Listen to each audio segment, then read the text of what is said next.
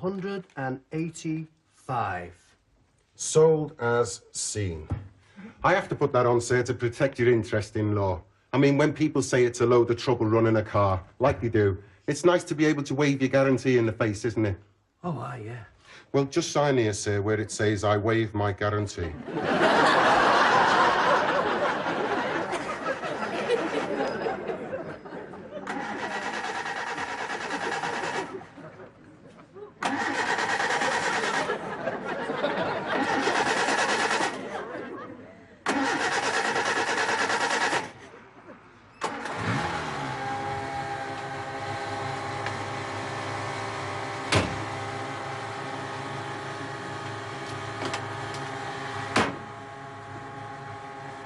Car ready for Mr. Wadsworth, Cyril? Well, is Mr. Wadsworth ready for the car? Have you ever taken the advanced driving test, Mr. W?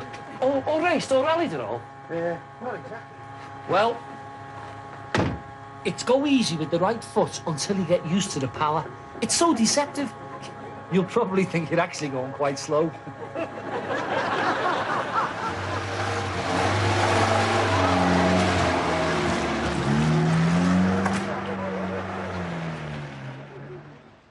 Well, they say there's one born every year. Every minute. Not one like that. One a year, top. Well, the Anglia. I sometimes wonder how we can do it. Just playing our part in God's wonderful plan, Wes. God made clapped out old bangers. God made twits. We just play our part by bringing them together. Cyril, that Mr. Wadsworth is a thickhead. Because he thinks he can find happiness buying a car off us for £185. We, Cyril, are thickheads because we think we can find happiness flogging cars for £185. You're not going religious, are you, Wes? No, but I just feel a lot more sorrier for us than I do for him. How come? Because in about 5 minutes' time, he will be almost entirely cured of his pitiful delusion. Whereas we won't. We'll still be in business. Come on, let's close up and go for a bevy before I run after him with his money back.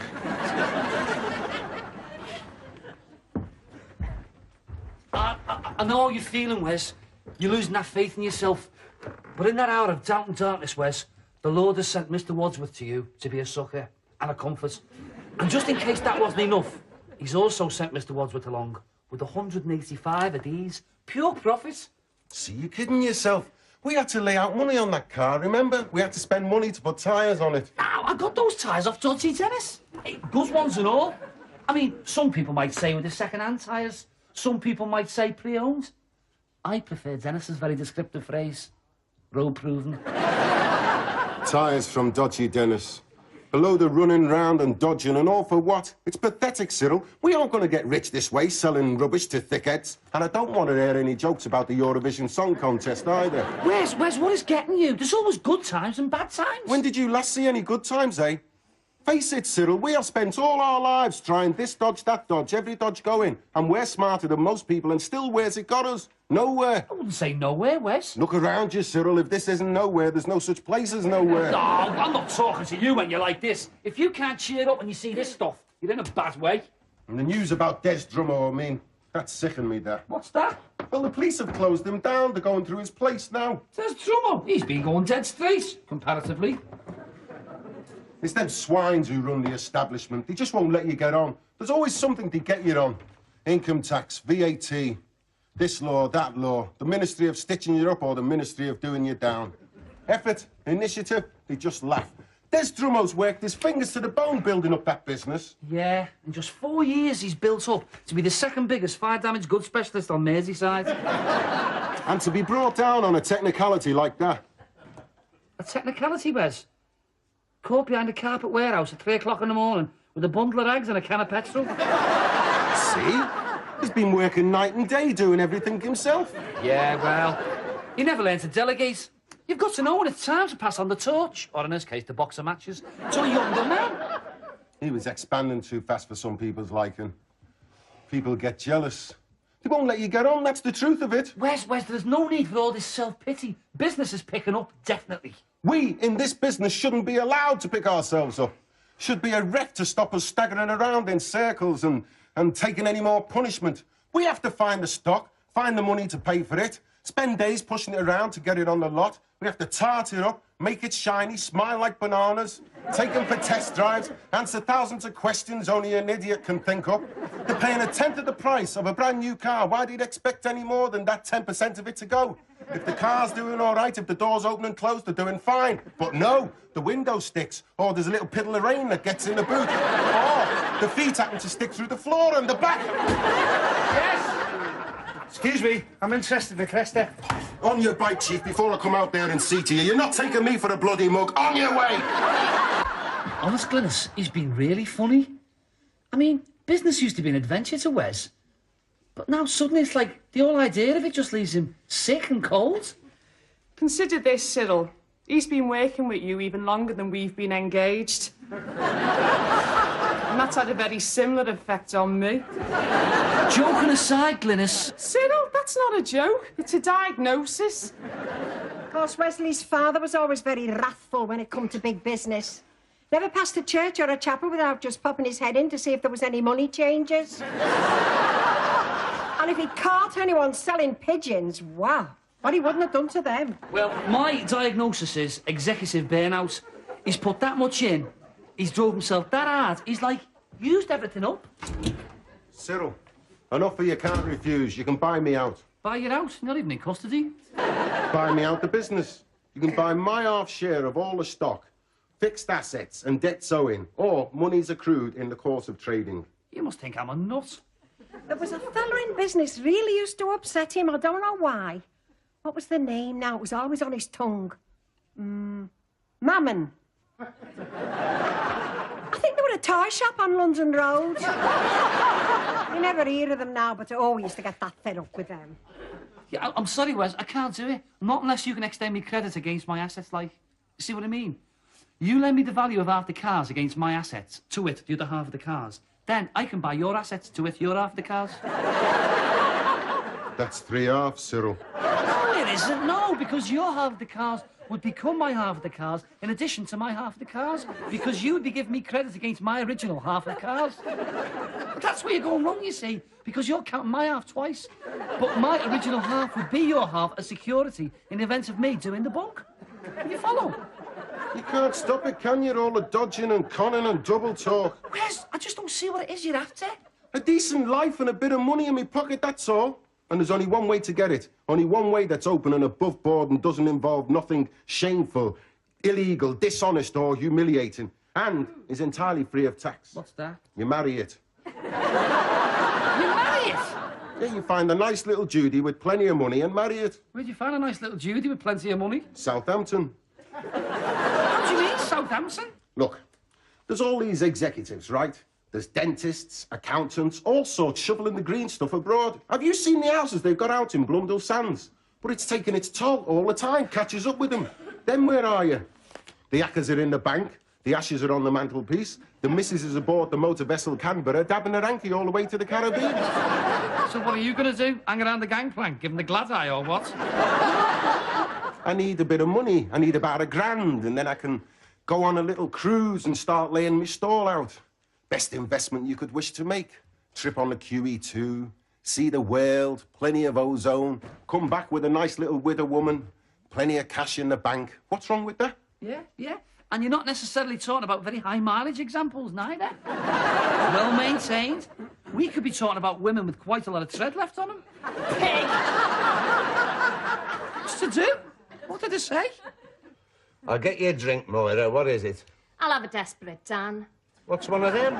It's Campari and pineapple. No wonder they call it that. I mean, that's what's left over in the kitchen at 3 o'clock in the morning, isn't it? As soon as you buy, Mr. Stanley. You can make your own arrangements. I don't think you've met, have you? This is my daughter, Moira. Moira, this is Cyril, what I've told you about, and that's Wesley, who happens to be his brother.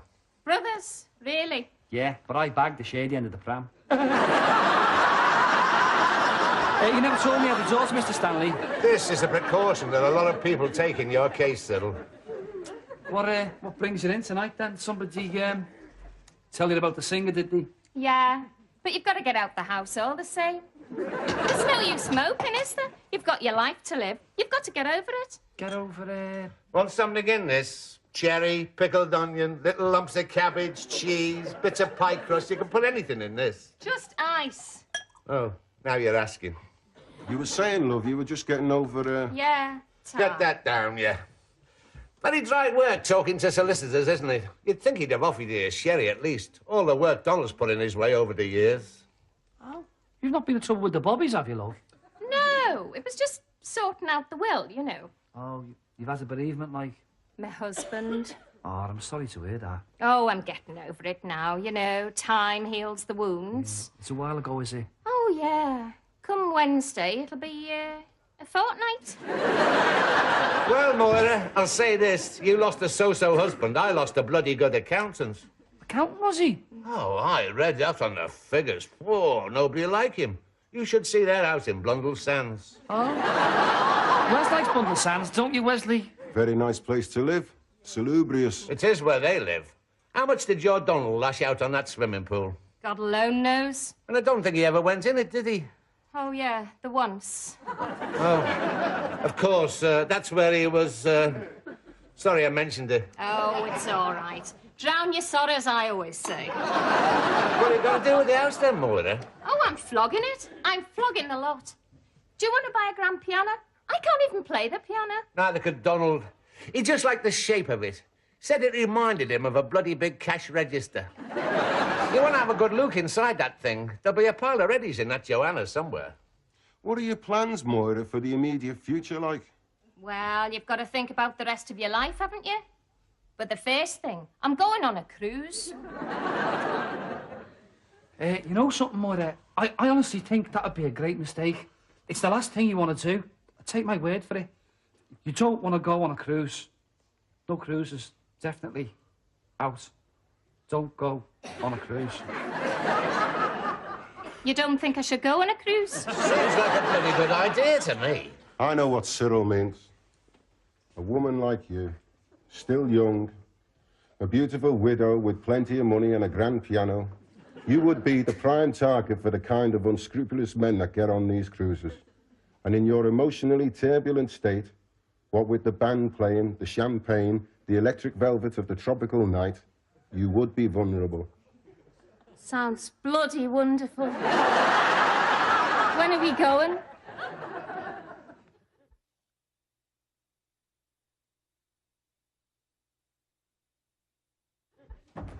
I have never seen anything like it. He is shameless. Who is? Wes, do you know Mr. Stanley's daughter? He has given her the full treatment, and it's written all over his face what he's after, and she doesn't seem to mind. She seems chuffed. Chuffed? Well, he has got charm, Wes. Charm? He's got all the charm of a fishmonger's knife the way he's going in there. Is he angling for a date? A date? She is practically begging him to accompany her on the cruise. To protect her from unscrupulous men.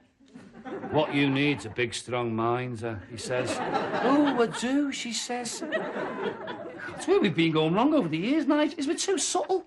It's right, though. Marry the boss's daughter. It's the only way to get on, Nige. Too right. As long as you've got what women want, sell it to the highest bidder. Definitely. If I'd have known it was that easy, I'd be marrying for money myself. Too right, I would. Listen, potato brain, you are not marrying for money or anything else, right? So let's have none of your smart talk. You are marrying for sodding love. Get it? One from the bank. Rudyard, Reekers, Truman and Cross solicitors. You can have that. Enderbury and Coots solicitors. Somebody new suing us. It's nice to have a variety, isn't it? Red phone, red electricity, red rates. Ah, this one's from a customer raising some little query, I see. Oh, all the words and letters have been cut out of a newspaper. Well, really, what kind of a newspaper has language in it like that? All yours, Cyril. Wes, I want you to be serious now. No leg pulling, no head full of mad stuff and all that. Are you serious? What about? Come on, Wes, about this Moira. I've never been more serious in my life. And you're going on a cruise with her? Yeah. And? Oh, yes, and definitely. I mean, she's a mature woman, like. No, I mean, and after. Are you just thinking about being a kept man? A gigolo or what? Why would this upset you in some way, Cyril? Upset me? I'd entirely lose all respect for you, Wes, As a brother, as a partner, as a bloke. Well, it's no different to your relationship with Glenys. My relationship with Glenys is on an entirely different plane. For a start, there are emotions involved. All sorts of emotions. Like frustration and despair. But at least I have offered that girl the security of the marriage vows. Well, they have at least been mentioned. Well, if it makes you sleep any easier, Cyril, I have every intention of marrying Moira. After a decent interval has elapsed. Where's you can't, not just for money. My, aren't we the romantic? Yes, I am. I am a romantic, Wes, and I'm not ashamed of it. When I sing a Nat King Cole number, my neck prickles. That's a boil coming, Cyril. Oh, yeah, you can sneer. Look, let me tell you. If you're thinking of getting off with an upper-class Judy, like a duke's daughter or an earl or somebody like that, that is the #1 consideration. How much gelt have you got? And you got to be talking a couple of million before they even climb off the horse, let alone drop the jodhpurs. Wes, does love mean nothing to you? I am trying to explain to you, Cyril, romantic love is a fiction. It is unimportant. Well, there are other things as well. And apart from anything else, she looks like the back of a bus. She's got the disposition of a stoat. And I don't think she'd know a joke if it broke out on the end of her nose. That is a fair description of the distaff side of the British aristocracy, Cyril, and most of the royal houses of Europe. And if they can marry women like that, so can I, because we have got our priorities right. We know what is important in a relationship. Now, deal with the mail. I must go and sort myself out with a decent pair of rope-soled shoes. Do you know, I've not had the slightest trouble with my tummy. Natural sailor, the island breed, eh? Definitely. It's in the blood. Birkenhead and back 3 times, and I'm fine. Moira, I think I ought to put my cards on the table. Underneath this smooth, confident exterior, this flash act of mine, the prosperous, self-made man. I know. You're just a little boy lost. No, Moira, I'm a little boy broke. I know. You do? Yeah, well, I suppose a trip on the ferry isn't much of a day out, really. But I thought Grayson, you know. What you mean is, you wouldn't find me quite so attractive if my Donald hadn't paid all those premiums to the crew. Which is not to say I don't find you attractive in your own right. Just more attractive with the money. Everybody's more attractive with money, Moira. Of course, in the long run, it's the one kind of attraction that lasts. Ah, yes, Moira. You don't ever have to doubt that. What colour would you call that, Mrs. McGregor? Oh, now, isn't that what they call Prussian blue? Prussian blue, that's it.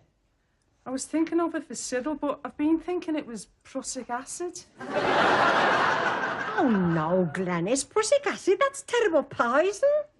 It's funny how your mind works, isn't it? I suppose we'll have to be thinking about wedding presents in no time. I'm not getting them nothing. Gotta get them something. Well, I'll get them something for those passionate moments, you know. His and hers calculators. I don't know what you're being like that for. I mean, to you, money and getting married are practically the same thing. What, me? Are you saying I'm mercenary? Me? You're always saying it. We'll get married when we've got the money. Ow. Well, I'm glad you've changed your tune. I know. If they name the day, we'll have a double wedding. You'll be tied up, won't you? What do you mean? Well, they might want you for a bridesmaid. Do you think I'm going to be a bridesmaid, do you? Well, I don't suppose anybody'd ask you anymore. Not after what you did to that poor kid at your cousin Sissy's wedding. What kid? Oh, that little girl with the freckles and the leg iron. What was just about to catch the bouquet. You mowed her down. She didn't know what it said. Splat. And there you were with the posy in your hand. I didn't know where to look. Don't exaggerate. We bumped into each other. Oh, yeah? Like hedgehogs bump into 40-ton trucks. Oh, like a 40-ton truck now, am I? Oh, God, I'm sorry I brought it up. It's not our wedding I'm worried about, it's Wes's. I'm worried he's thrown himself away for 30 pieces of silver. Well, stainless steel, more like. But then again, I wouldn't get them a canteen of cutlery. Because you're only paying for a lot of them silly little knives, what you never really use. I thought a table lamp.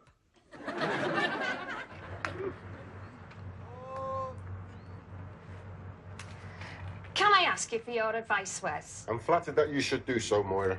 Do you think it's too soon for me to think about marrying again? Of course not. You really think? Moira, you are that kind of woman. You must have a man in your life. Donald would understand that. Because I think I found the ideal man. Well, Moira, nobody's ideal. No, this fella is. To me. He's mature, he's strong, and he looks right in a DJ. Well, there are other things to look for. Not as far as I'm concerned. No, there is one other thing. He's got to be fairly thick in the head, but nice with it. And he is.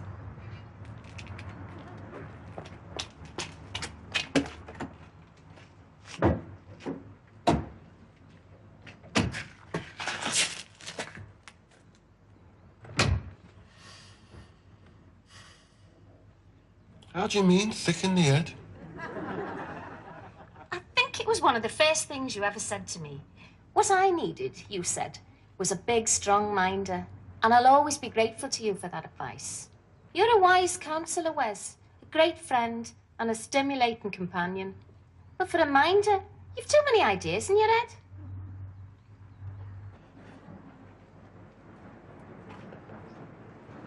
Cheer up, Glenn.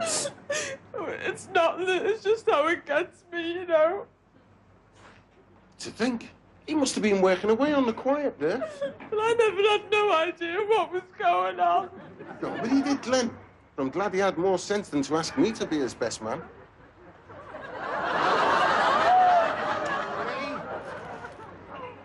Here, Nigel, one of the bride and the bride's father.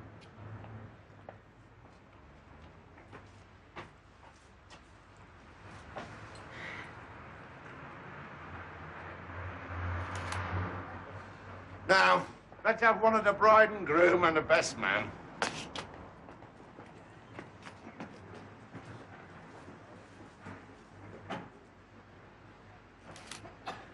Smashing. Now, just one last one of the bride and groom. All right.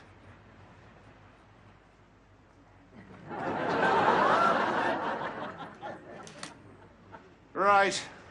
Let's get back and get the bloody cake cut.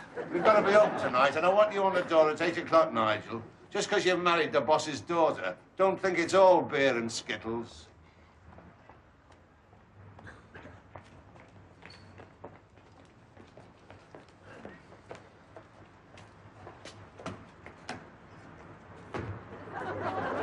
Well, Wes, I think that was the longest speech I ever heard Nigel make. 2 words. It's as much as he'll get in. Well, he'll have to be Plan B, Wes, if you've got a Plan B. Excuse me, could you tell me where I go to register a death? It's, Depends on who it is that's deceased, love. It's my husband. In there, up the stairs, and along. Thank you. Actually, love, it's quite complicated. I'll show you the way. That's very kind.